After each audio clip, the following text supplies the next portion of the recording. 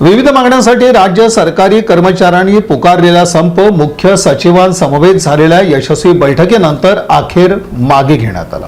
सुधारित निवृत्ती वेतन योजनेसह अन्य 18 प्रलंबित मागण्यांसाठी राज्यातील शासकीय आणि निमशासकीय कर्मचाऱ्यांनी पुकारलेला राज्यव्यापी संप अखेर 4थ्या दिवशी मागे घेण्यात आला। मुख्य सचिव राजेश अग्रवाल यांच्यासोबत झालेल्या निर्णायक बैठकीतील आश्वासनांचे लेखी इतिवृत्त प्राप्त झाल्यानंतर कर्मचारी समन्वय समितीनं हा संप मागे घेत असल्याची घोषणा शुक्रवारी केली। या निर्णयामुळे गेल्या 4 दिवसांपासून ठप्प असलेली सरकारी सेवा आता पूर्वपदावर येणार आहे। राज्यातील महसूल, शिक्षण आणि इतर विभागातील शासकीय व निमशासकीय कर्मचाऱ्यांसह शिक्षक, शिक्षकेतर कर्मचारी या संपात मोठ्या संख्येने सहभागी झाले होते। सलग 4 दिवस चाललेल्या या आंदोलनाचा सर्वाधिक फटका महसूल विभागाला बसला। मुद्रांक शुल्क नोंदणी, जमीन आणि घरांचे व्यवहार आणि विवाह नोंदणीची कार्यालय ओस पडल्यानं सर्वसामान्यांचे प्रचंड हाल झाले होते। प्रशासकीय यंत्रणा कोलमडू लागल्यानं सरकारनं तातडीनं हालचाली करत समन्वय समितीसोबत चर्चेची फेरी पार पाडली। या बैठकीत झालेल्या चर्चेचे